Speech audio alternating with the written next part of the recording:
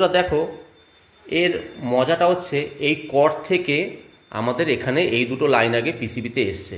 এইটা হচ্ছে ফেজটা এসছে। আমাদের যদি আগের ফিউজটা কাটা থাকতো তাহলে কিন্তু এই ফেজটা কিন্তু পিসিবি অবধি আসতোই না। আর এই দুটো হচ্ছে নিউট্রাল।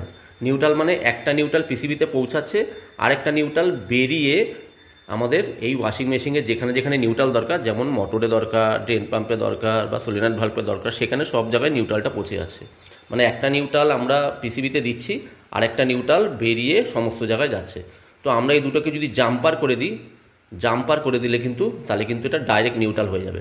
তখন কিন্তু আমরা এই ফেজ থেকে কিন্তু আমরা ফেজ দিয়ে কিন্তু আমরা এখান থেকে একটা ফেজ নিয়ে আমরা প্রত্যেকটা জ্যাকে এখান থেকে ফেজ নিয়ে আমরা প্রত্যেকটা জ্যাকে যদি এরকম ফেজ দিতে থাকি, তাহলে যেই জ্যাকের সাথে যেই জিনিসের কানেক্ট আছে, যদি মোটরের থাকে, যদি ড্রেন পাম্পের থাকে বা সলিনয়েড ভাল্বের থাকে, সেগুলো কিন্তু পরপর পরপর চলতে থাকবে।